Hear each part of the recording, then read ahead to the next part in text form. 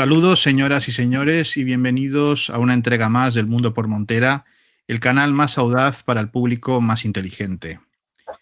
Hoy se cumple, y me complace así decirlo, un viejo deseo de esta santa casa, que era tener en el mismo programa a dos hombres a los que tengo en gran alta estima, como son don Guillermo Masarellano y don Miguel Ángel Castro Merino. A los dos ya los conocerán ustedes de otros programas que han estado por separado, pero tenía ganas de poder tener una conversación los tres, porque son hombres de pensamiento sólido y que no, en fin, no tienen miedo a manifestarlo, aunque a algunos les salga algún tipo de problema en la piel, problema cutáneo, ¿no? Por lo tanto, pues creo que va a ser un diálogo fructífero. Para los que no les conozcan, don Guillermo Masarellano es escritor, dirige el canal de YouTube interesantísimo Pura Virtud, que aquí recomendamos vivamente, y tenemos, estas son sus, yo diría que son sus dos últimos libros, él me corregirá, que son Hijos de la Sabiduría, de editorial EAS, y Asedios de lo Terrible en Sequitur. Yo creo que además me parece que EAS ha cumplido pues una marca siendo el libro más vendido. ¿No es así, Guillermo? Me parece que creo que es así. ¿Qué tal, don Manuel? ¿Cómo está? Encantado de estar con usted y también con don Miguel Ángel Castro, que como ya diré más adelante, pues es una de las figuras que más admiración tengo en el panorama intelectual español actual. Tengo por aquí varios libros de él, sobre todo este me parece especialmente meritorio. Se llama El maldito regalo de nacer, un ensayo antinatalista y debí de leerlo hará cosa de un año y con bastante aprovechamiento. Y bueno, sí, yo es que como me muevo en la tercera división, pues hombre, los números son bajos, pero digamos que dentro de lo que es la tercera división editorial, pues he quedado en posición de ascenso. Entonces, pues eso es Pues lo que celebramos en la editorial EAS, ¿no? Que somos es una pequeña editorial y yo soy un pequeño autor, pero dentro de esas modestas cifras, pues no nos ha ido mal. Y es gracias a canales como este que nos dan voz a los excéntricos, no a los de siempre. exacto. Y bueno, y tenemos a don Miguel Ángel Castro Merino, que en fin, escritor, filósofo, dibujante, porque también hay que decirlo ya, dibujante porque hace una labor pedagógica extraordinaria a través del género del cómic y es autor de libros, pues este del que vamos a hablar, ya hablamos, Dios y la democracia, un contracatecismo teológico político, de editorial Copresencias, Antipsicología, y el que haya enseñado a don Guillermo, que es El maldito regalo de nacer. Además de ser filósofo, es psicólogo que ha logrado psicoanalizar a la psicología y convertirse en antipsicólogo, lo cual es todo, bueno, pues en fin, toda una marca, ¿no? Don Miguel Ángel, ¿qué tal? Bienvenido.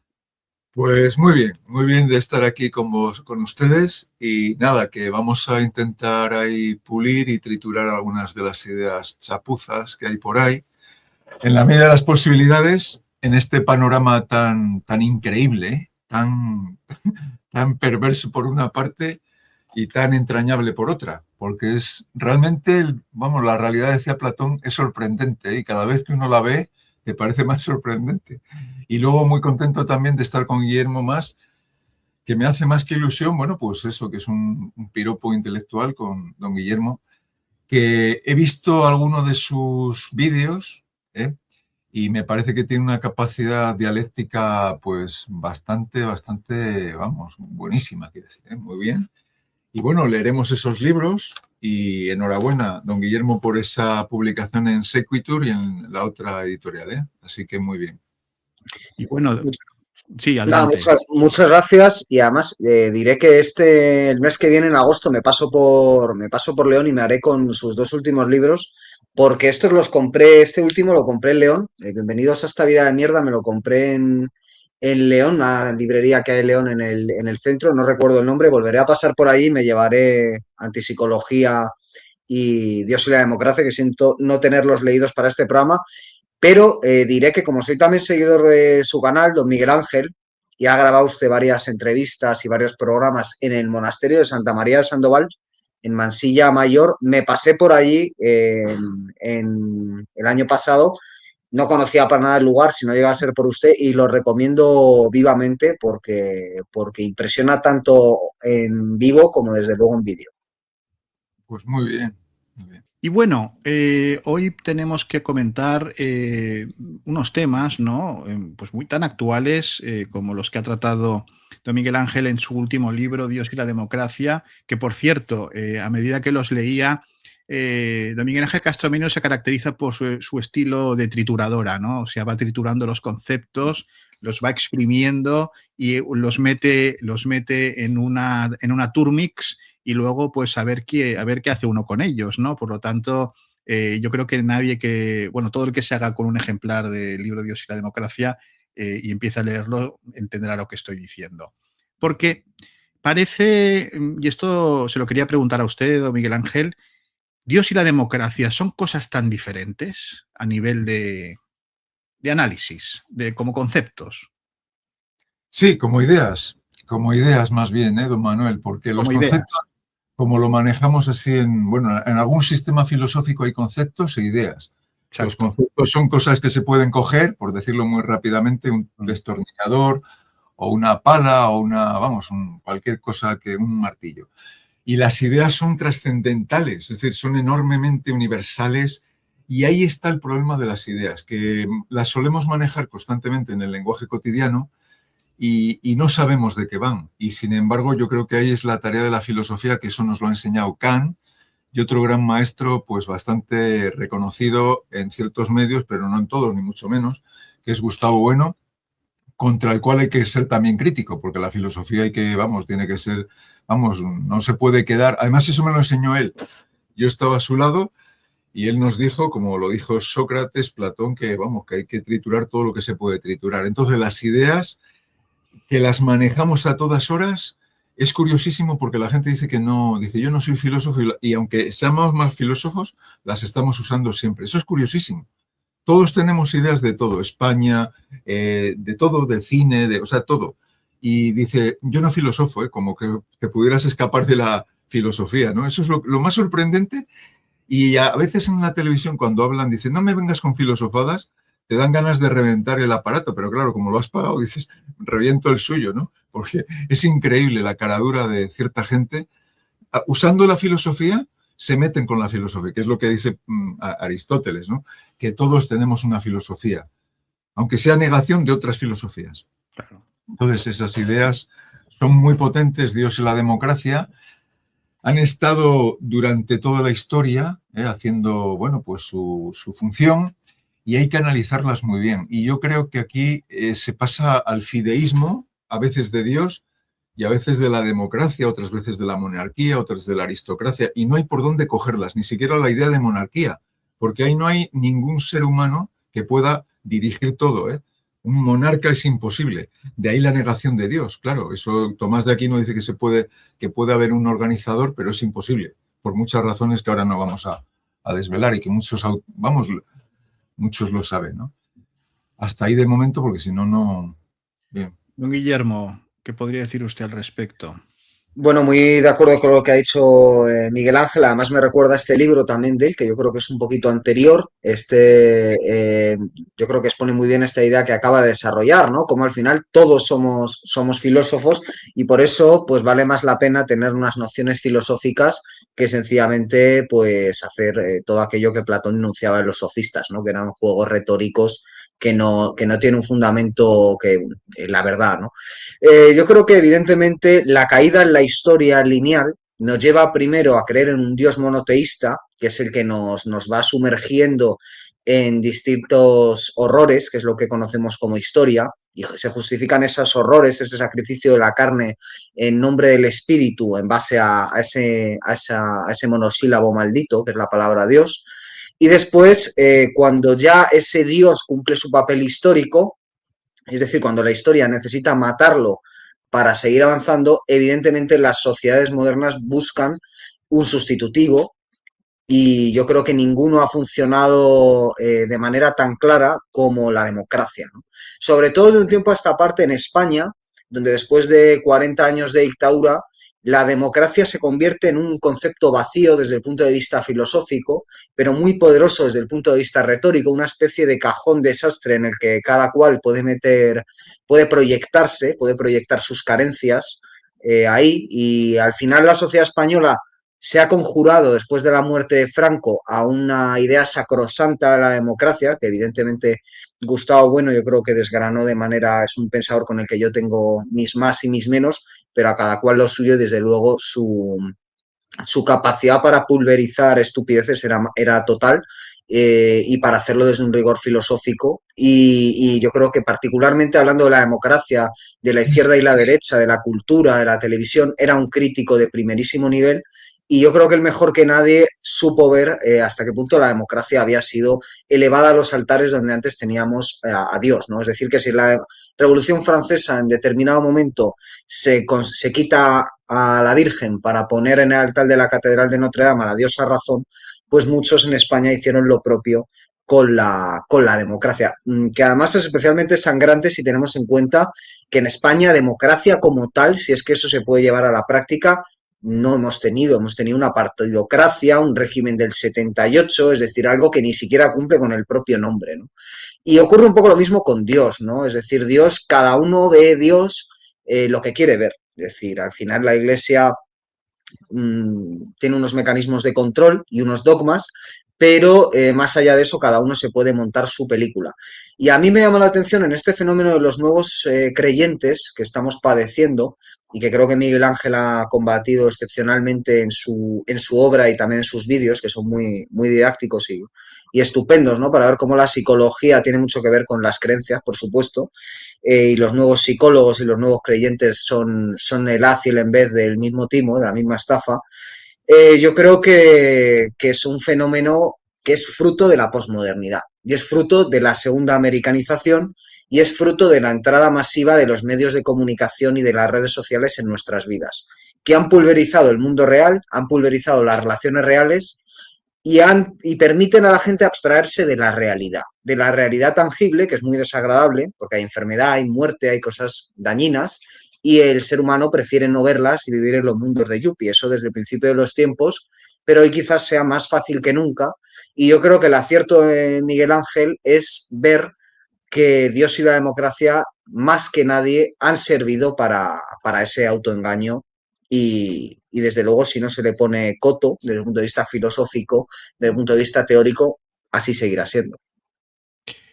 Una sociedad que necesita lenitivos, es decir, necesita algún tipo de sustancia o algún tipo de idea pues para poder sobrellevar la dura realidad que no deja, o sea, el mundo realmente existente, ¿no? En otras palabras. Sobre esto, don Miguel Ángel Castro Merino ha trabajado mucho en sus libros desde su perspectiva, pues explicando pues, que el mundo no es un lugar idílico y que es importante bueno, enfrentar la realidad tal como es, que es una cosa muy difícil, muy difícil. ¿Qué diría usted sobre lo que ha comentado don Guillermo sobre el tema de lo de esto, que sirven como lenitivos pues, para que la gente continúe sobrellevando esta vida que, como decía Antonio Gala, a veces la necesitamos llevar entre cuatro, pero estamos solos? Bueno, lo que ha dicho don Guillermo me parece muy pertinente. Lo único que yo añadiría, que todas las ideas estas de Dios, democracia, felicidad, libertad, etcétera, no han sido posibles y no lo van a ser nunca. Es decir, mi mensaje, vamos, en la medida, no por mí, sino por el estudio de las mismas ideas, es que todas las ideas son peligrosas, son tramposas. Presentaré el libro aquí en León de nuevo, Dios y la democracia, en octubre, y tal vez lo titule Dios y democracia, dos ideas trampa, ¿no? Como tantas otras. No hay idea filosófica, que son todas, que no contengan como un explosivo y que, sin embargo, como la gente no la pisa las minas así antipersona o lo que sea, pues no se da cuenta de la fuerza que tienen las ideas para embaucar a la peña, ¿no? Por ejemplo, en el libro Dios y la democracia, yo, además del ateísmo esencial total, que significa que no solo es imposible la existencia de Dios, sino su misma idea, es decir, la esencia, y esos son conceptos de la escolástica, la idea de democracia la analizo y llamo que es ademocratismo esencial total. No es posible ni hoy, ni mañana, ni jamás. Creer en esa memez de la democracia supone tener a la gente como creer en la monarquía o en la aristocracia. ¿Quiénes son los aristos? ¿Quiénes son los buenos? Es decir, que no es que sea yo antidemócrata per se, sino que todas las ideas, y está con mucho peligro, porque es la que esgrimen a todas horas los medios de comunicación, como diciendo, yo soy demócrata, tú no, tú eres fascista, yo no, me parece de un peligro para los ciudadanos que no saben muy bien, porque son generalmente los que están en el cotarro, los que esgrimen su idea de democracia. Es decir, Mario Vaquerizo, los comunicadores, dices que yo soy demócrata, tú no. Es decir, que cualquier idea que vaya en contra de sus postulados, ya se les pone, vamos, oye, has pecado, ¿no? Es lo mismo que antes el que decía, yo es que soy creyente y tú no, o yo soy cristiano, tú no. Es decir, yo estoy bautizado, tú no. Es la misma analogía que se puede hacer.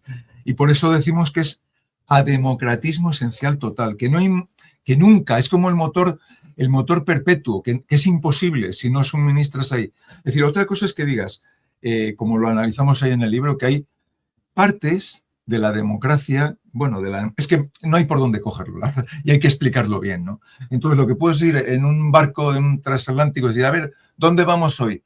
¿A las Islas Fiji o a Creta, ¿no? Y entonces votan. Eso es un momento tecnológico de la democracia, pero con muchas salvedades, con mucho peligro. ¿Qué ocurre?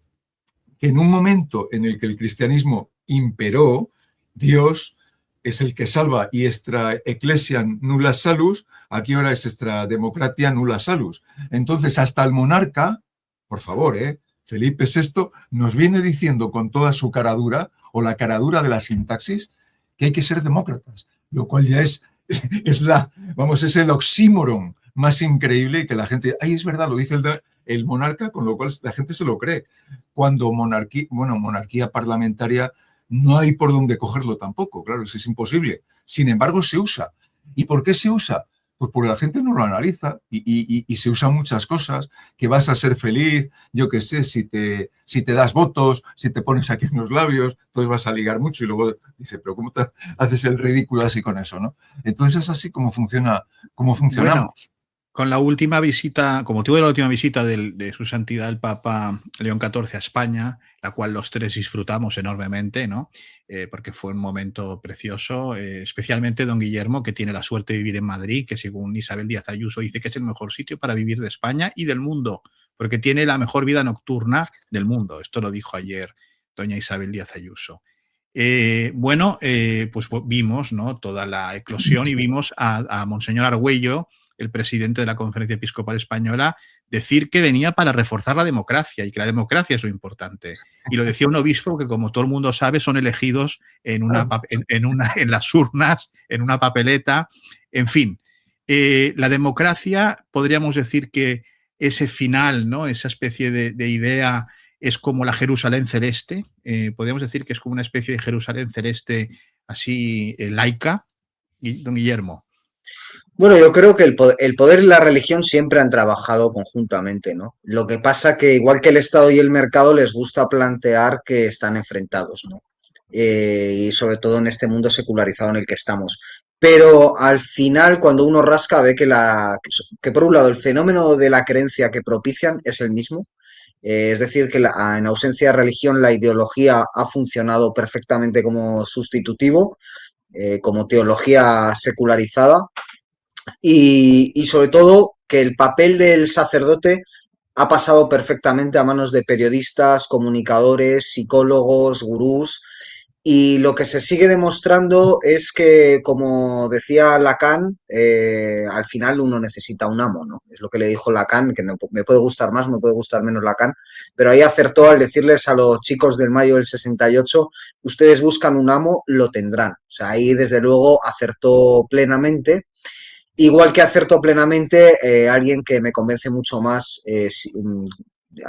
digamos, tomando su sistema en conjunto, que es Etienne de la Boétie, que hizo el discurso sobre la servidumbre voluntaria, ¿no? Y puso en apenas un puñado de páginas este amigo y quién sabe ese amante de Michel de Montaigne, puso muy bien en claro la necesidad que tenemos de servir los seres humanos. Servir porque al final la libertad, la felicidad y todas estas grandes palabrejas que son términos vacíos, o la democracia o Dios, todo aquello en lo cual sacrificamos la carne en nombre del espíritu, sin plantearnos las consecuencias ni a quién beneficia realmente eso, pues son mecanismos para no ver la dura realidad, ¿no?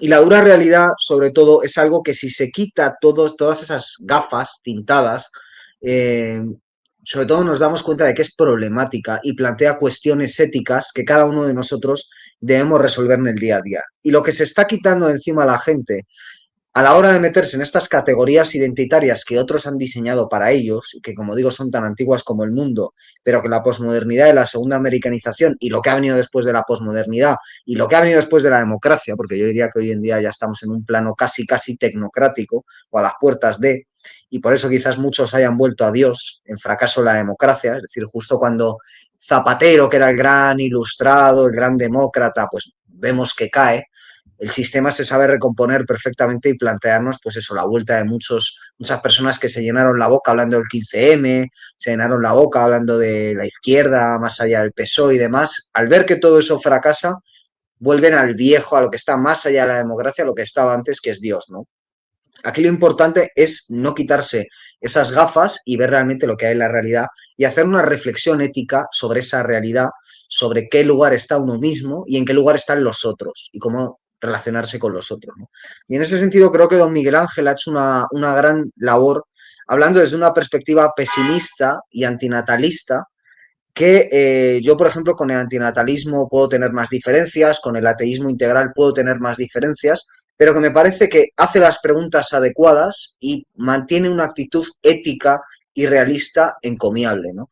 Luego uno tiene sus mayores o menores filias y fobias. Yo, por ejemplo, dentro de lo que es el pesimismo y el antinatalismo, me han interesado mucho, aparte de los autores que trabaja don Miguel Ángel en su obra, autores como Cioran, que en una carta con 20 años se jacta de que ya tenía claro que no quería tener hijos, ¿no?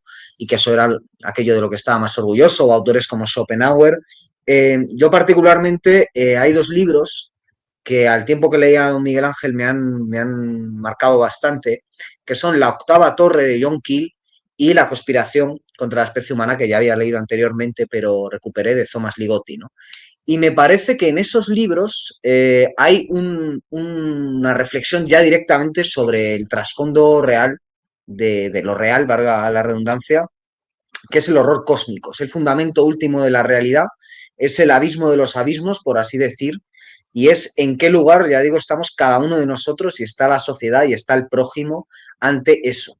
Que es, en mi opinión, lo que no se quiere mirar y para ello pues nos creamos una máscara, una persona, nos generamos un ego, alimentamos ese ego en redes sociales y llenamos ese ego de categorías que el sistema ha puesto ahí, demócrata, cristiano, tolerante, progresista, feliz, libre, llenamos que al final es ruido para tapar aquello que merecería una reflexión ética profunda y que eso solo se puede hacer sin tanta palabrería, solo se puede hacer meditando en silencio, viviendo por uno mismo, manteniendo experiencias y actuando, ¿no? Yo creo que lo crucial que hay que sacar de esta cuestión es que todo aquello que vemos en las pantallas, todos estos gurús, todos estos filosofastros, todos estos sacerdotes y periodistas, no son reales. Es decir, nos están ofreciendo una máscara, ellos controlan esa máscara que nosotros vemos en todo momento y nosotros no podemos contrastar la veracidad de esa máscara con su actitud ética real. Y por lo tanto, todo lo que nos dicen es indemostrable y además yo diría que retóricamente cuestionable, ¿no? Y por lo tanto, lo mejor que podemos hacer es apagar, desconfiar y centrarnos en aquello que tenemos a nuestro alrededor, que es lo verdaderamente real y que es sobre lo que se ha ocupado realmente la filosofía, ¿no? O sea, que yo diría que la filosofía, que durante mucho tiempo ha muerto socialmente, en parte por culpa de la academia, ¿no? Que la ha convertido en algo fosilizado, la filosofía es algo a redescubrir por parte del pueblo, del de abajo, que debe descubrir que ahí hay una reflexión sobre aquello que es real, frente a todo el ruido en el que estamos insertos.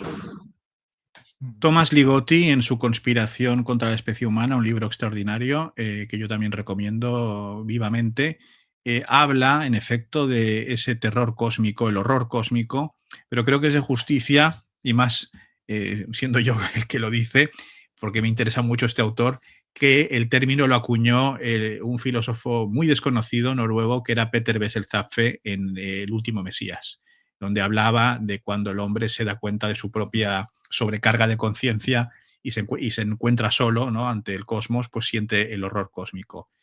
Miguel Ángel, hay un tema que me interesa saber qué nos puede decir. ¿Por qué hay esta especie de vuelta a Dios, como ha mencionado don Guillermo? Bueno, algo ya se ha dicho, ¿no? Yo creo que la gente quiere creer que cree, ¿no?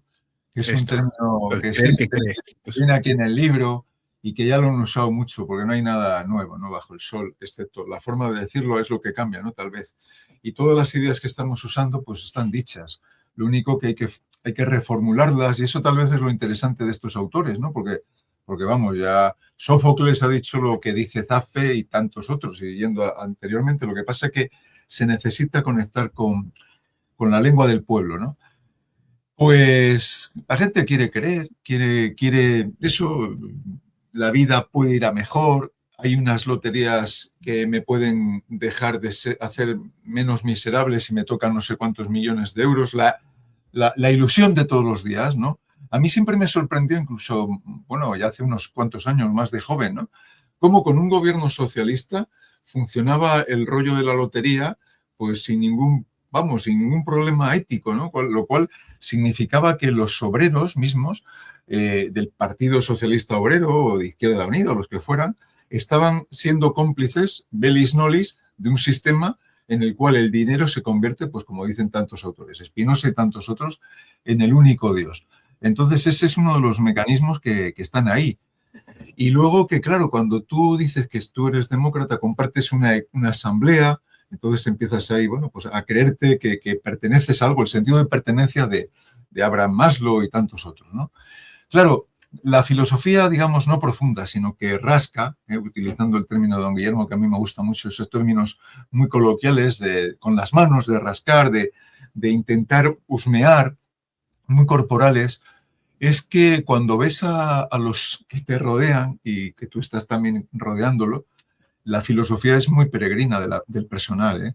Por ejemplo, Ana hablaba antes del antinatalismo, este no es el momento, pero bueno, ya que don Guillermo lo ha utilizado este término, sorprende muchísimo cómo la gente le va mal y sin embargo tiene esa idea de que a mis niños les va a ir mejor, ¿no? Por ejemplo, ¿no?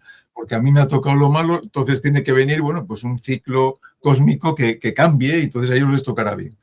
Sin embargo, pues esa creencia te mantiene con el grupo. También creo que ser díscolo, ser un autor como Etienne de la Boétie es muy, muy difícil, es decir, apartarse de la manada, ¿no?, de la manada que componemos a todas horas. Y entonces todo aquel, y yo a veces maldigo el haber estudiado filosofía, no solo he estudiado, sino tal vez que me haya influido en mí, es decir, que te ha perjudicado, porque yo quería estar viendo el Mundial y ponerme la camiseta roja y sin embargo no entiendo estas pijadas, ¿no? Pijadas para mí. Otros no entienden. Mi madre no entendía que me pasara el día leyendo El Quijote cuando estaba en segundo de BUP y le parece una tontería, por ejemplo. Y decía, sal. Luego cuando no volvía a casa me decía, no tienes que salir tanto. Entonces, que es muy un objeto muy interesante de estudio de cómo funciona el personal. Y es una tarea de etólogo increíble, porque la gente no, viene el Mundial, ¿no? En la democracia realmente existente. Tienes que te han puesto 67 años hasta a currar, ¿no? Y entonces están ahí con que si el niño, el hermano de Yamin Yamal, que eso te enteras, aunque no, si eres bobo también te enteras, ¿no? Y entonces todo eso está distrayendo a la gente, horas de trabajo. Yo el otro día estaba en un pueblo y había una pizzería, por ahí, en Ponferrada en concreto, que no es una ciudad, y joder, veía a la gente en la pizzería ahí con el humo y tal, digo, madre mía, hostia, es que seguimos en el mundo de Schopenhauer, cuando maldecía a Schopenhauer, que era lo único que tenía era compasivo y luego mucho dinero y pasaba del mundo. Pero es que el mundo tampoco mira por sí.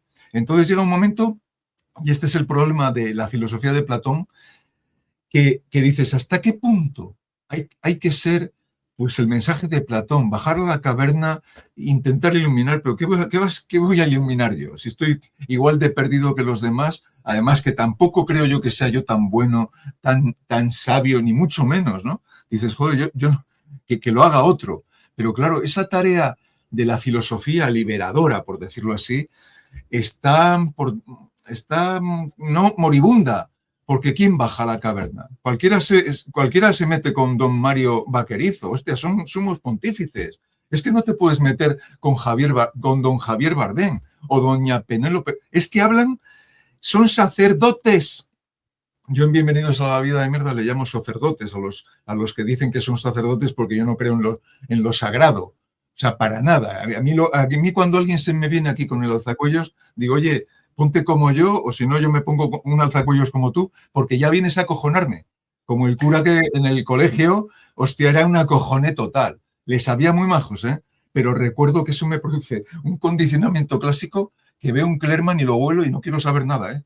Y luego sí, hay alguno majo, pero hostia, es un mecanismo de poder tremendo. Ya no te digo nada cuando viene el sumo pontífice y encima le hacen la pleitesía como que hubiera algo más que un ser humano con vísceras, con todos los intestinos como los demás. Entonces te conozco, bacalao, aunque vengas disfrazado, te pongas ahí la corbatita del el San Segarra, etcétera.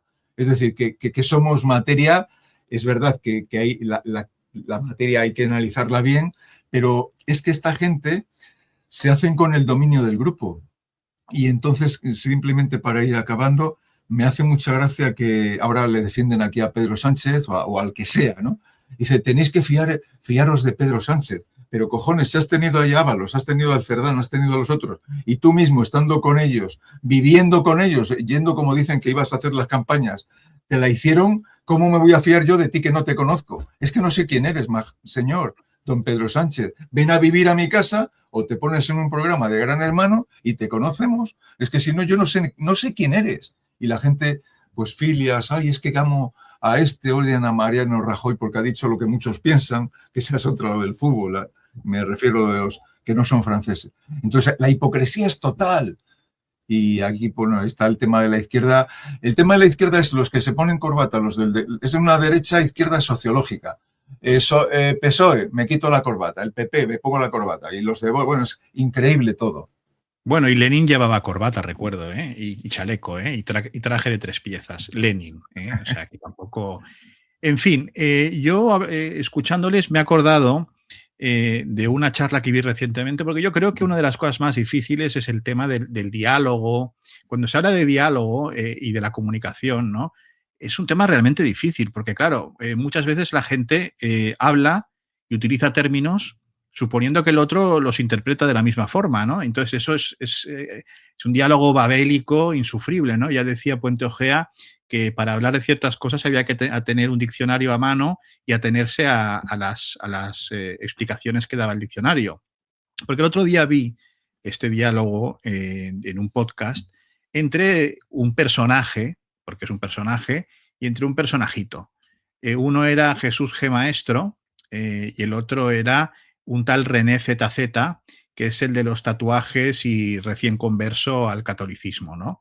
Entonces, este René ZZ le hacía preguntas a Jesús G. Maestro, que cada vez que podía hablaba de su próxima edición del Quijote comentada pues para los milenaristas, decía él, o no sé qué historia.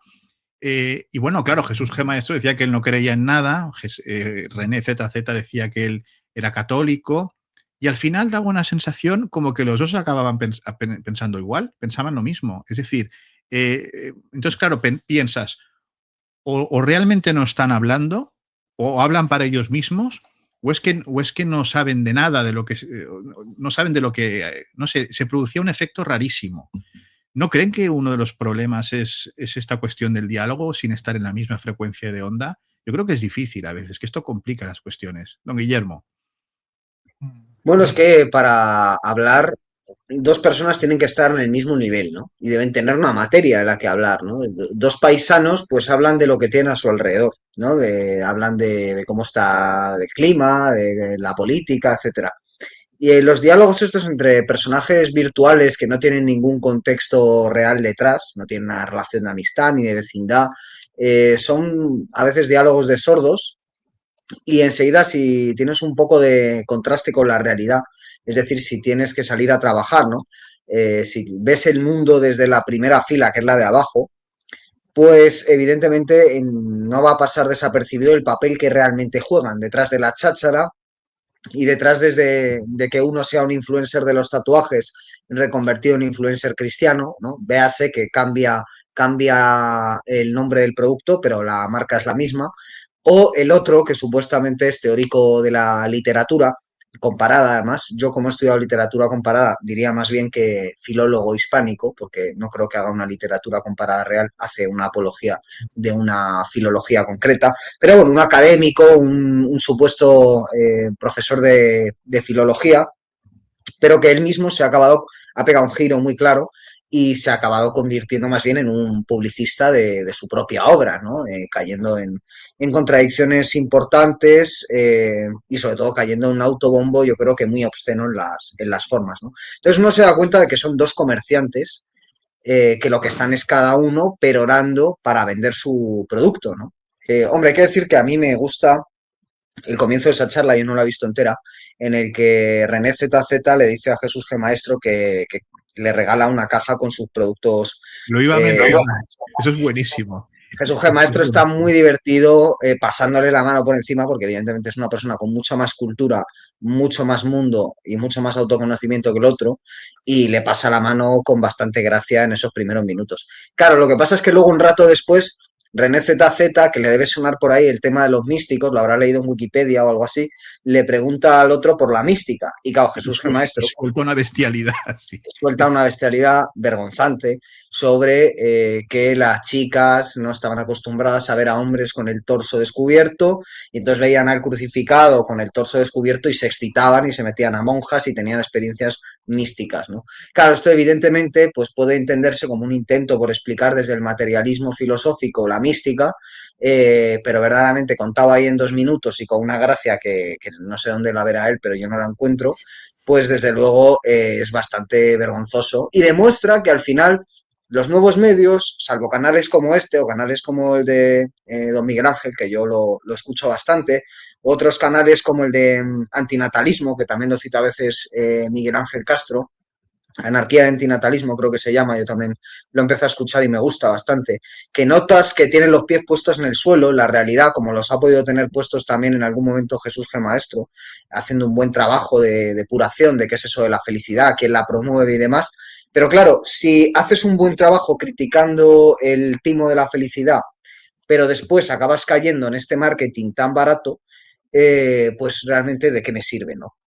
Es decir, que yo creo que al final Jesús G. Maestro, que en algún momento pudo tener estos pies en la tierra y probablemente los siga teniendo en su vida privada, a nivel público se le ha puesto la manzana o el fruto, si se quiere, ¿no? Y que es el de pronto el verte disparado mediáticamente. Y eso es muy tentador.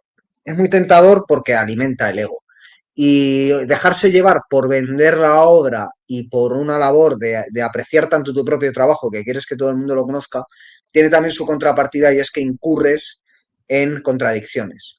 Es decir, que una cosa es estar en la máquina, como estamos nosotros ahora, contra la máquina, en la caverna, tratando que la gente tome un poco de conciencia o nosotros mismos de lo que está ocurriendo, y otra ya es perderse, que es la gran tentación y que está en numerosas obras. Está en el himno de la perla de los gnósticos y en numerosas obras literarias, ¿no? Es decir, que tú empiezas una tarea y como Odiseo, pues te quedas dormido en la isla de Calipso y empiezas a comer la flor del loto. Pues es una tentación humana, demasiado humana, y por eso yo creo que uno tiene que siempre preguntarse el para qué de las cosas.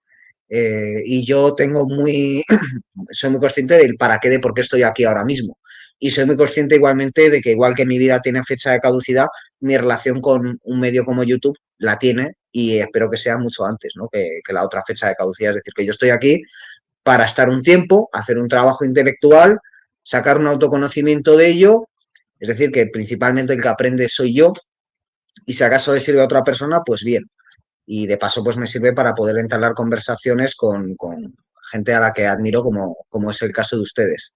Pero poco más, ¿no? Es decir, no espero salvar a nadie, ni convencer a nadie, ni construir grandes alternativas geopolíticas, ni como creen muchos youtubers que van a construir la gran alternativa geopolítica, ni que van a hacer terapia y convertir a la gente a la felicidad y todo esto, porque los remedios salvíficos no existen, ¿no? Como ha dicho muy bien don Miguel Ángel, está ya todo dicho desde hace ya unos cuantos siglos, y si no han dado ya con la tecla, tipos como Platón, Plotino y demás, yo desconfío de que alguien como René ZZ, que tiene el brazo ese lleno de tatuajes, me vaya a dar a mí, un tío con esa pedrada, no creo que me vaya a dar a mí la solución de la vida, la verdad. Don Miguel Ángel Castro, ¿a usted le gustaría que René ZZ le regalara una caja de complementos vitamínicos de magnesio, omega 3, Trempatol, ¿no? Para tener vigor viril? Es decir, todo ese es lo que le regaló a Jesús G. Maestro. ¿Le gustaría que le regalara una caja de esas para vivir muchos años y muy feliz? Temo mucho de esas chorradas porque Sánchez Dragó se drogaba, pedía él, lo dice en sus libros, que a mí me encantaba este personaje y la verdad, bueno, luego ha vivido mucho menos que gente de mi familia que bebe vino, que toma chorizo picante y que vive muy bien, o sea, como la gente de los pueblos, ¿no? Pues estaba todo el día chutándose ahí que si...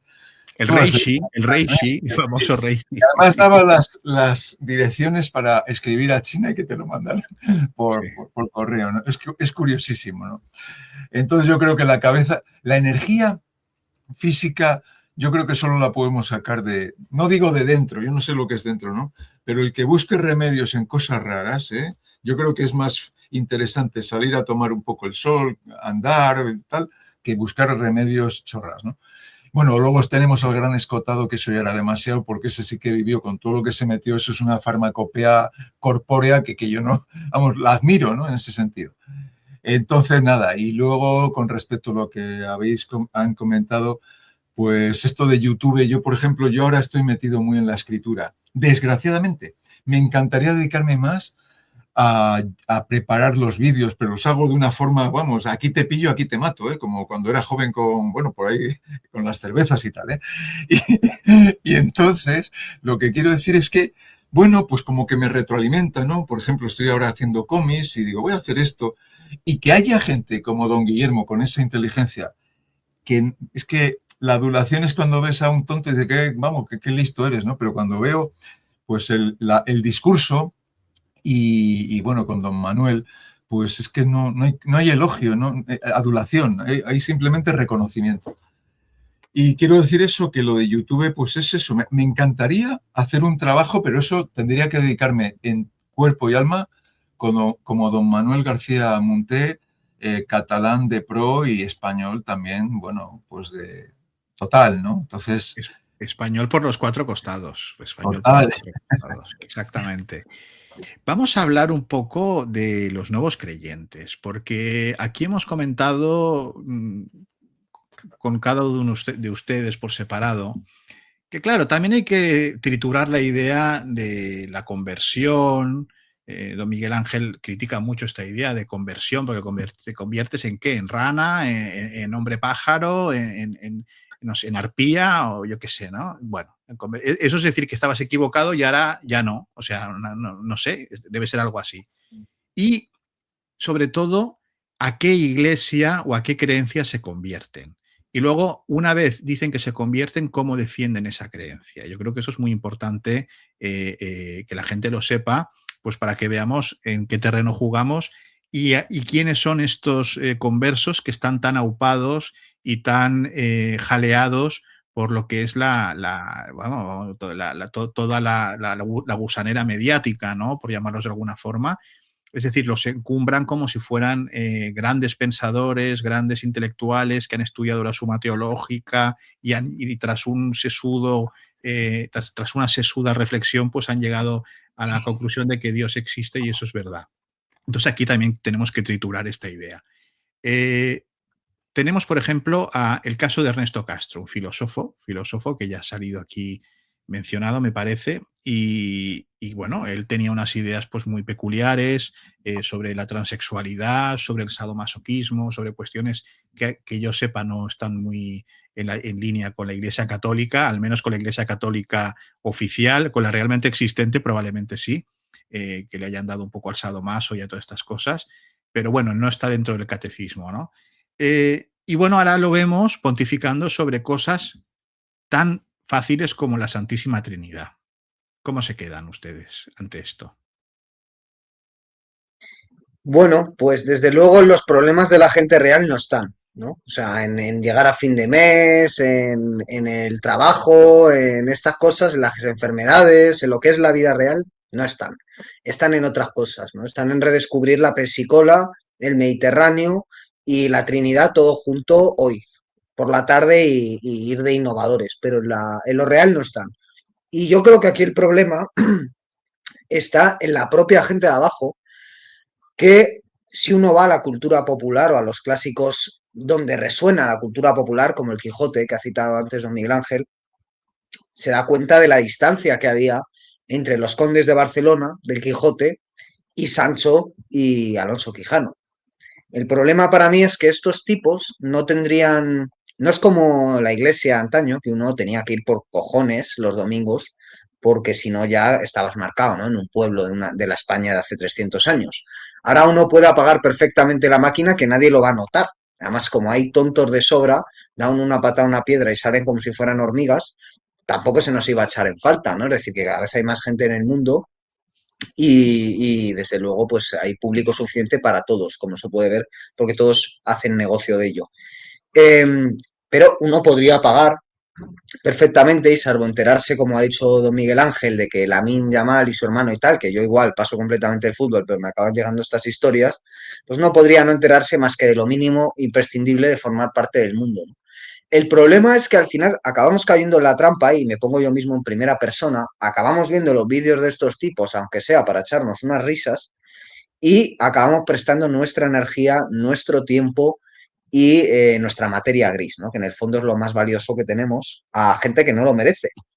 Y yo lo que invito es a que volvamos a ese escepticismo que estaba en la cultura popular antigua, a ese estar en las cosas reales, en ese vitalismo real, al que ha hecho ilusión don Miguel Ángel, que es salir, tomar el sol, caminar, yacer con algunas, ¿sí? Aquí te pillo, aquí te mato, tomarse unas cervezas, es decir, lo que es la buena vida y la vida que se celebra en la cultura popular de toda la vida, que ya es bastante conseguirlo muchas veces con lo que exige la vida del de abajo, la vida laboral, por desgracia, que apenas deja tiempo para dormir y comer y poco más, y recargar energías para volver a estar al día siguiente en el Tajo, que es para los que no quiere el sistema, y después para gastarnos en el viajecito a Cancún los 4 duros que hemos ahorrado, que ahora estamos en verano y hay gente que pide créditos para irse a Cancún y subir las fotos a Instagram, o sea, hasta ese nivel de tara hemos llegado.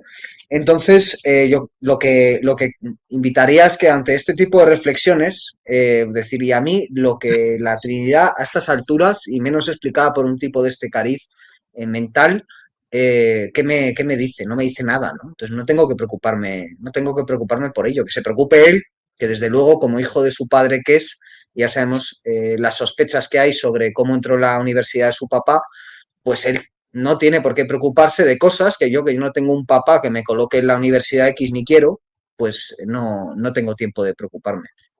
Antes de escuchar a don Miguel Ángel, vamos a deleitarnos con cómo don Ernesto Castro nos ilustra sobre algo tan fácil y tan sencillo y tan cotidiano como es la Santísima Trinidad, que es una cosa, bueno, es como, vamos, poco más o menos que explicar el mecanismo de un martillo, ¿no? Es una cosa muy fácil. Vamos a verlo. La Trinidad es importante. A pie de calle, en el fondo, lo que se está diciendo es que Dios es una familia. Este tema del énfasis del cristianismo en los vicarios, en no estar tú solo, en que el hombre, el varón sin la hembra, el padre sin el hijo, no tiene sentido. Esta idea de que en el fondo somos más humanos cuando reconocemos nuestros antepasados, intentamos legar algo, hacer algo por los demás y formar familia no necesariamente biológica, sino en nuestros lugares de trabajo, con la parroquia, en la calle, etcétera, y que todos somos una gran familia. Para mí esa es la verdad anagógica, si lo queremos ver así, de la Trinidad. Es decir, que la Trinidad, más allá de los debates de la Trinidad inmanente, la Trinidad económica, o sea, claro, luego la Trinidad terrenal, porque José, María y el niño Jesús también son una Trinidad, ¿no? Todos estos debates, en el fondo, yendo a lo grano, el podcast, ¿no? Para la gente que lo esté viendo, lo fundamental en el fondo es que Dios es amor y es un amor que se manifiesta ya en su ser familia. O sea, Dios mismo es una multiplicidad, no de cualquiera. O sea, Dios no es un partido político, Dios no es un Estado, Dios no es en sí mismo ni siquiera una iglesia, sino que Dios es una familia, ¿no? Tiene un padre, tiene un hijo, hay una relación de autoridad o de precedencia que es, no sé si ontológica o cronológica o lo que uno quiera. Hay muchos debates al respecto. Y hay un componente también externo a la familia, que es todo el Espíritu Santo, que es, digamos, como cuando la familia se trasciende en comunidad o en sociedad o incluso en civilización. Entonces, para mí lo fundamental es eso, es que Dios es uno y trino en el sentido de que ser múltiples y ser diversos, por ahí podría haber otra lectura, no tiene por qué romper la unidad del género humano y que diversidad y unidad pueden ser perfectamente compatibles y que está tal cual manifestado en la propia sustancia divina. Bueno, no es una explicación de... O sea, no es sino más bien es qué significa esto para nosotros. O sea, más allá de todos los problemas que esto plantea matemáticamente, sí. o ontológicamente, o cronológicamente, de quién viene antes o quién viene después, de dónde emana, porque ya digo que si no recuerdo mal, la escuela ortodoxa, el espíritu es hijo, es el mana solo del hijo, lo cual rompe de alguna forma la fuente unitaria. Por eso, digamos, la escuela ortodoxa está dividida en los diversos patriarcados, ¿no? Los patriarcas las cabezas de cada iglesia, los obispos de cada sitio, frente a la Iglesia Católica, que insiste en que ni siquiera el Espíritu Santo es producto del Hijo, sino que el Espíritu Santo también requiere de la participación del Padre en su emanación. Bueno, Miguel Pablo Ángel. Manuel, sí, yo creo que todavía el Espíritu Santo no ha descargado sobre él el don de sabiduría, porque se arma mucho el lío, ¿no? Si le hubiera dado ya la sabiduría, ya podría explicarlo pues con mayor, didáctica.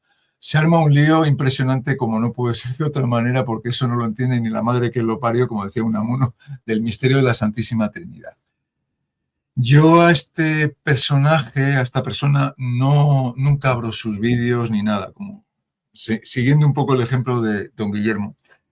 Y yo creo que en este contexto creo que es necesario abrirlo para analizarlo, ¿no? Prestarle una atención para ver cómo está el patio, no solo por lo que habla este hombre. A mí lo que me llama la atención no es que hable este hombre, sino que la gente, pues que este chico llegue a lo que ha llegado, ¿no? Y ahí hay que sospechar mucho de muchas cosas, porque cabe mí, que decíamos en castellano antiguo, tengo unas personas con una inteligencia, con una capacidad de estudio impresionante, que digo, hijo, ¿y por qué esta gente hace una conferencia y no le ve nadie? Y sin embargo este hombre pues es mediático. Es una cosa para sociológicamente intentar entenderla.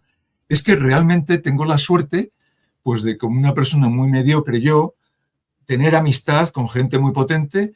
Y bueno, con este chico, con Ernesto Castro, hemos estado juntos y dando alguna conferencia, por ejemplo, en la Fundación Gustavo Bueno. Y bueno, pues leyó la conferencia y bueno, yo creo que era como se suele decir, como un bosque de palabras y un desierto de ideas, podría decir, ¿no? Así, grosso modo. Creo que hay una verborrea en este discurso que no hay por dónde cogerlo. Entonces, bueno, pues desde ese punto de vista es un sofista. Ahora, me preocupa más la gente que aplaude al sofista que el sofista, ¿no? Ese es el problema de los partidos políticos, los que aplauden a la gente que cobrando miles de euros y luego ellos en el tajo, en esos ritmos de trabajo fatigantes que yo creo que, bueno, como están sedados con el Mar Giró, con la madre que los parió, ya están felices. Vamos, ya llega ahí y se descansa de todo eso. Entonces, Dios, la Santísima Trinidad, no hay por dónde cogerlo, lo intentó Agustín de Hipona, Dios no es Padre, Dios no es Hijo, pero esto es una cosa impresionante. Dios es Padre, Dios es Hijo, Dios es Espíritu Santo, hace un triangulito San Agustín, Agustín de Hipona. Creo que meterse en esas chorradas, pues es eso, yo tengo mucho más aprecio por las cosas que me circundan y, vamos, casi prefiero, pues eso, tomar ahí un refresco que estas conversaciones bizantinas. Antes de dar paso a don Guillermo, a mí una cosa que me ha sorprendido, bueno, no me ha sorprendido que no sepa explicar lo que es la Trinidad, porque ciertamente sería, bueno, lo tendrían que nombrar doctor de la Iglesia, ¿no? Porque, vamos, es una cosa imposible de... Pero no hace falta ser creyente, sino basta con haber hecho un bachillerato un poco aseado para saber lo que es el problema del filioque en la ortodoxia. Es decir, el tema de cuando se lía diciendo que los ortodoxos creen que el Espíritu Santo procede del Hijo, cuando es justamente el problema es lo del Padre. Es decir, se equivoca en una cosa que es de bachillerato, o sea, o sea, yo no sé, ya sé que le hicieron un combo a la hora de recibir los sacramentos y lo bautizaron, le dieron la comunión y le dieron la confirmación el mismo día todo, porque hacen packs. Me imagino que la Iglesia ahora hace packs, ¿no? Como el McDonald's.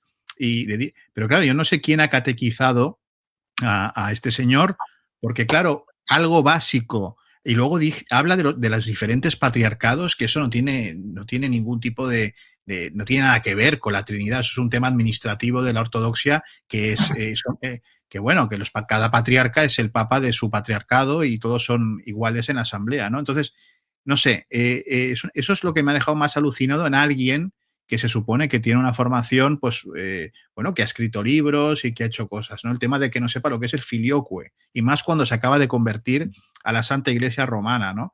Entonces, no sé, don Guillermo, esto lo hablamos en privado porque a mí fue lo que más me chocó, no que no supiera, porque vamos, ni San Agustín en De Trinitate, ¿no? O sea, es que es tremendo. ¿Qué le parece?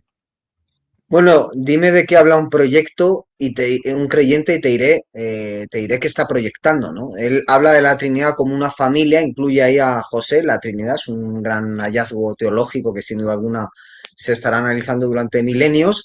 Y yo creo que lo de José, yo creo que eso va a venir por la figura del padre putativo. Ahí hay algo que investigar. ¿Qué le interesa a Ernesto Castro en la figura del padre putativo? ¿Qué dato biográfico puede haber ahí detrás?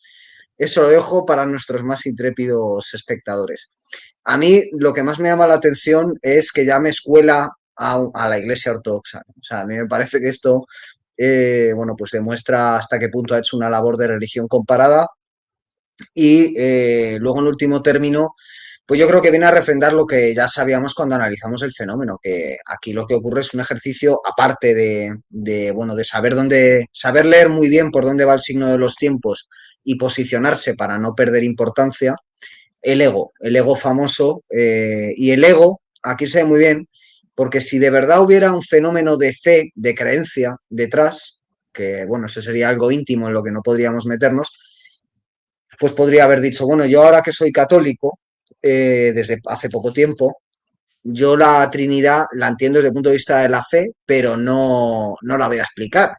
¿Qué pasa? Que con el ego que tiene, pues tiene que creer en la Trinidad y explicarla porque es el más listo de clase, ¿no? Y le gusta que se note siempre. ¿Qué pasa? Pues que en este caso ha meado fuera el tiesto. Y tardó algo más en mear fuera del tiesto cuando quiso ser filósofo de la religión, que yo recomiendo ver el tramo final de su canal, que desde luego yo no lo vi por gusto, sino sencillamente por ver por dónde iba el fenómeno.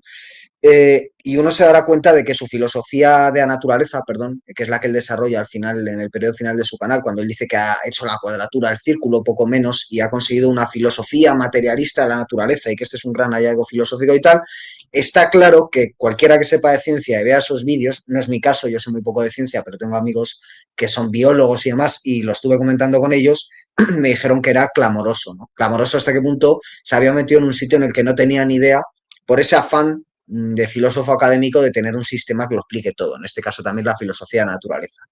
Él mismo debió darse cuenta de que estaba en un callejón sin salida y ha vuelto un año después olvidándose de su filosofía de la naturaleza, o sea, la quiso vender, habrá algún tonto que se la haya creído y se haya quedado con ella, y ahora nos vende la filosofía de la religión sin despeinarse. El caso es vender. El caso es no decir, bueno, he cambiado de opinión, me voy a ir a mi casa a meditar tranquilamente. No, o sea, he cambiado de opinión y ahora ustedes se van a enterar hasta el último, se van a enterar con creces porque voy a estar haciendo un podcast de hasta el último de los matices de mi cambio de opinión, como si fuera una autoridad. Entonces, el caso es que él se considera siempre una autoridad y habla siempre desde la autoridad, cuando yo creo que lo que debería hacer es callarse y si en un momento dado él le está interesando la ciencia y demás, pues oye, muy bien que te interese, pero no des lecciones. Y si ahora te interesa la religión, pues muy bien, pero no des lecciones porque está claro que, como decían en el Gran Lebowski, no estás en tu elemento. Como en Larry, no estás en tu elemento. Pero cuando dice con ese, bueno, de esa forma tan tajante, ¿no? Dios es una familia. Bueno, esto yo no lo había ido en mi puñetera vida, quiero decir, o sea, lo de que Dios es una familia, eso... A mí me ¿Perdón? recuerda mucho, me recuerda mucho, compañeros, al que está, al catecúmeno, al niño de 9 años, que le acaban de dar la primera catequesis y le han dicho que, la que no tiene ni idea de teología ni nada, dice, oye, que Dios es una familia, para que lo entienda, ¿no? Pero me parece de un infantilismo y se nota que eso, que no ha estudiado religión católica.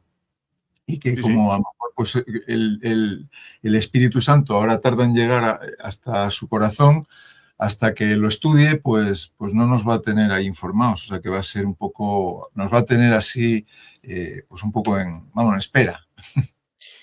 Caballeros, estamos llegando al final y no les quiero dar unos minutos por si quieren tener una última intervención antes de dar por concluida esta primera, que espero que sea no la última, por supuesto, charla, que yo creo que ha sido pues sumamente interesante.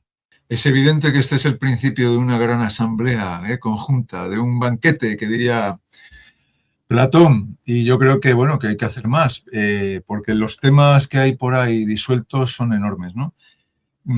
Como lo ha dejado así un poco en el aire, yo podría hablar, pero bueno, por centrar un poco, me llama mucho la atención este tema de la conversión que hemos hablado y que igual que otros se están convirtiendo, pues así, nos lo presentan como un gran, pues, movimiento, pues hay mucha gente que se está, cada vez más secularizando, que no le interesa nada la religión y tal vez se conviertan a veces a cosas peores, pero bueno, desde luego que son más fáciles que el Espíritu Santo y que el milagro este de José y de todo el embarazo virginal. Así que, bueno, si luego cabe, se dice alguna cosa, porque claro, no sé yo cómo quiere don Manuel. Hay tantas cosas. Hay muchas cosas, ¿no? Una de las cosas que me gustaría comentarle un día a Ernesto Castro, que a lo mejor le interesa, porque como habla tanto de la familia, de San José, que a lo mejor podría pasarse por el Palmar de Troya, porque en el Palmar de Troya, bueno, esa gente que, bueno, tiene una cultura impresionante, son grandes teólogos, ¿no? El Papa Clemente y todos los que vinieron después, hasta el que se fugó en un BMW con el dinero del Palmar y tal. Ellos han desarrollado una teología que dice que en la misa que celebran ellos, cuando el sacerdote consagra las especies y se obra el milagro de la transubstanciación, no es solo la sangre de Cristo, sino que hay una gota de la sangre de la Virgen y otra gota de la sangre de San José. O sea que eso es un paso más que no podemos obviar en esta charla, yo creo. Yo creo que a Ernesto Castro esto le podría emocionar porque eso le da un fuste familiar a la Eucaristía que a lo mejor le puede interesar, ¿no? Yo lo veo de obispo el Palmar de Troya, porque allá hacen obispos como rosquillas. Papable, es papable. Es papable del Palmar de Troya. ¿No, don Guillermo? Yo creo que podríamos hacer un viaje los tres al Palmar de Troya a que nos contaran un poco estas historias, ¿eh? ¿O no nos dejarían entrar? No sé. Bueno, yo creo que dejan entrar a cualquiera, ¿por qué no a nosotros, no? Que sin duda alguna seríamos 3 personas que podrían ser una trinidad. No sabemos de qué clase, no sabemos si una familia o no, pero desde luego algún tipo de trinidad para, ¿no?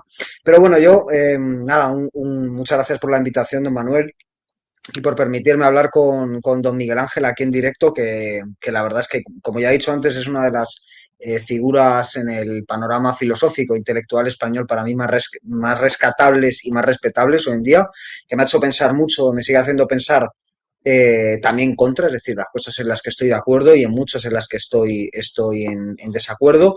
Y particularmente, bueno, yo quiero leer este verano sus dos últimos libros. Cuando pase por León me haré con ellos. Y particularmente creo que sería muy interesante hablar, hasta que no lo haga, hablar de este, que es un libro, yo creo que de los más importantes que se han publicado de filosofía en España en el siglo XXI, y que a diferencia de todo lo que hemos hablado hoy en día y de todo lo que nos rodea a nivel de ruido mediático, es un libro que sí que habla de una cuestión ética real, que es el natalismo, la natalidad y el antinatalismo, ¿no? Y yo creo que la cuestión antinatalista es una cuestión ética básica que había que poner ya sobre el tapete, que don Miguel Ángel lo hace extraordinariamente. Yo creo que es un libro de absoluta referencia para cualquiera que le interese el tema, no solo en lengua española, y ojalá y se traduzca a otros idiomas. Y como digo, a mí me hizo hacer una reflexión personal y hacer que yo mismo lanzara esas preguntas a muchas personas de muy distintos estratos sociales y de muy distintas creencias personales. Yo, por ejemplo, pude hablar con mis amigos Jasiel París y Anaïri Simón precisamente de la cuestión del natalismo a partir de la lectura del libro, ellos desde su perspectiva católica y de padres de unos niños, yo desde mi perspectiva particular de agnóstico y sin tener hijos. Y bueno, y sé que, por ejemplo, en el caso de Anairis, porque ella me lo ha dicho, le planteó una reflexión muy interesante, ¿no? Desde el punto de vista personal, y que ella luego, pues a muchos religiosos, a muchos sacerdotes, les ha hablado de la cuestión, ¿no? Particularmente de cómo, si hay un Dios bondadoso, hay niños con enfermedades, ¿no? Y cómo uno puede traer niños a este mundo, pues sabiendo que les puede deparar todo tipo de desgracias, hambrunas, guerras, enfermedades y demás, ¿no? Esa es una cuestión ética que es un verdadero tabú social, y que la filosofía, que muchas veces se ha dado por muerta, y en muchos sentidos yo creo que lo está por culpa de la academia, demuestra estar viva cuando a través de estos libros o a través de YouTube, pues hay gente como don Miguel Ángel que hacen una labor teórica de tratar estas cuestiones éticas de primerísimo nivel con rigor, pero sin hacerlo desde la nube esta, desde la que se ponía Platón, ¿no? En la famosa obra de Aristófanes, ¿no? Sino con los pies en el suelo y con un lenguaje vivo y que puede entender cualquiera, que es lo más difícil para un filósofo, ¿no? Entonces yo creo que la cuestión del antinatalismo, dado que somos tres lectores de pesimismo filosófico, yo creo que sería un buen punto de partida, ¿no? Y hablar de si se debe tener hijos, ¿no? Y yo creo que se decida tener hijos o no, porque también es utópico pensar que algún día no se van a tener hijos. Yo creo que siempre la voluntad humana siempre se va a seguir abriendo paso. Yo creo que se debe hacer siempre desde una reflexión ética. Es decir, tanto el que quiere tener hijos como el que no, debe hacer una reflexión ética que casi nunca se hace. Y por eso también esa familia de la que tanto habla Ernesto Castro es el principal foco de desdichas humanas. Es decir, yo las personas más infelices que he conocido se lo deben esa infelicidad primeramente a su papá y a su mamá, que decidieron traerlo a este mundo y proyectar sobre ellos verdaderas desgracias. Entonces me parece una cuestión ética de primer nivel, y ojalá y algún día se pueda hablar con alguien como don Miguel Ángel. Yo creo que este foro es más que adecuado, porque aunque levante ampollas, es un tema fundamental, ¿no? A mí es un libro que, por unirme a la reflexión de don Guillermo, que también me hizo pensar mucho y me hace pensar, y además es un tema a la que mucha gente reacciona con enfado, ¿no? Entonces eso lo hace particularmente vivo e interesante, ¿no? Porque claro, un tema que no te deja ni frío ni calor, bueno, es como aquello, es una cosa tibia, ¿no? Y ya sabemos que nuestro Señor vomita a los tibios, ¿no? Entonces, el tema del antinatalismo y tal y como lo...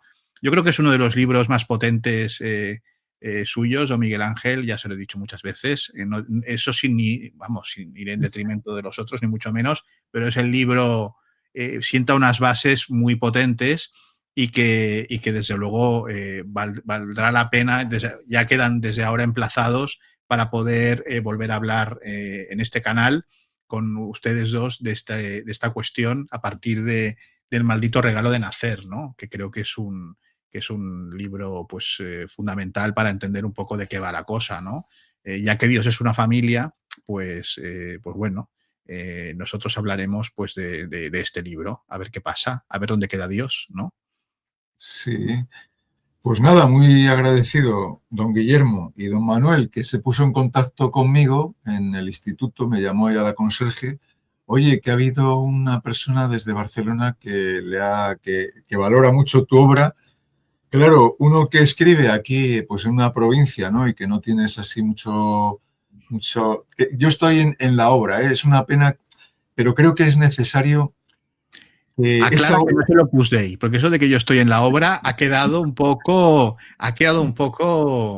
Ya sé que San José María, Monseñor Escrivá decía que todos estamos condicionados. Eso yo sé que a usted le gusta mucho, de que todos estamos condicionados. Pero eso de que yo estoy en la obra ha quedado como, Bueno, es una broma esto, por supuesto.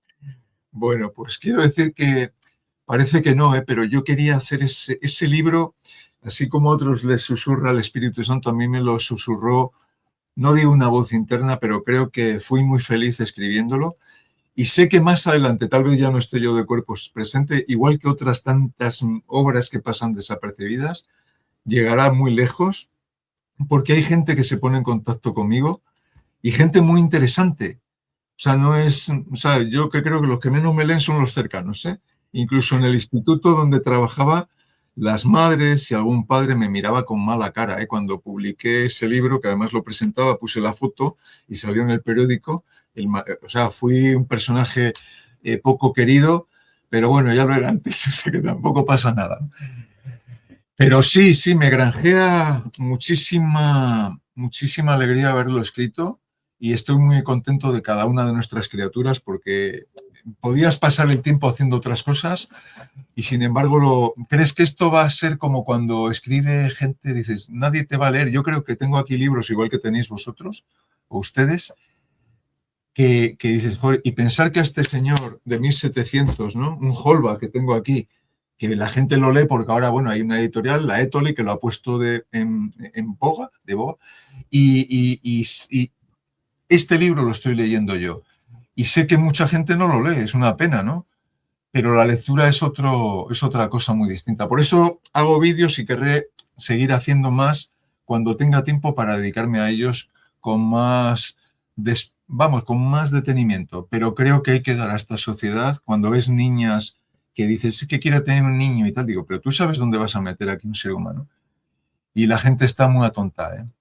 Porque luego te meten a currar mucho y a mí el trabajo no me gusta y creo que hay que reivindicar pues un autor que ha dicho don Guillermo de Anarquía Antinatalismo, que se puso en contacto conmigo cuando leyó No me pidas nacer y, joder, pues la verdad es que me tiene mucho afecto y es recíproco. Tiene una editorial, Anarquía Antinatalismo, que seguro que don Guillermo publicará en breve porque él está buscando gente muy competente y lo va a hacer. Seguro que cuando lo vea va a estar encantado. Y ha publicado eso, La tragedia de nacer, y es un libro pues muy encomiable también, ¿eh? Y partimos de que somos una familia y hay gente en este contexto. Yo nunca pensé cuando estaba recibiendo la primera hostia por el cura que aquí en el barrio, que iba a tener un pensamiento antinatalista y ni siquiera ya le he dicho a don Manuel que no voy con la insignia, no me interesa nada. Pero no. Schopenhauer tampoco iba con eso. Y sin embargo, leyendo a Schopenhauer descubrí lo que el cura de la parroquia o mis maestros no me enseñaban, ¿eh? Que hay que pensar las cosas. Este mundo es lo más cruel, o sea, si el infierno se puede hacer patente, sería esto, ¿eh? Y eso a pesar de que estamos bien. La Santísima Trinidad ahora está bien, respiramos, pero a lo mejor llega mañana y no estás tan bien. Desde luego, sí.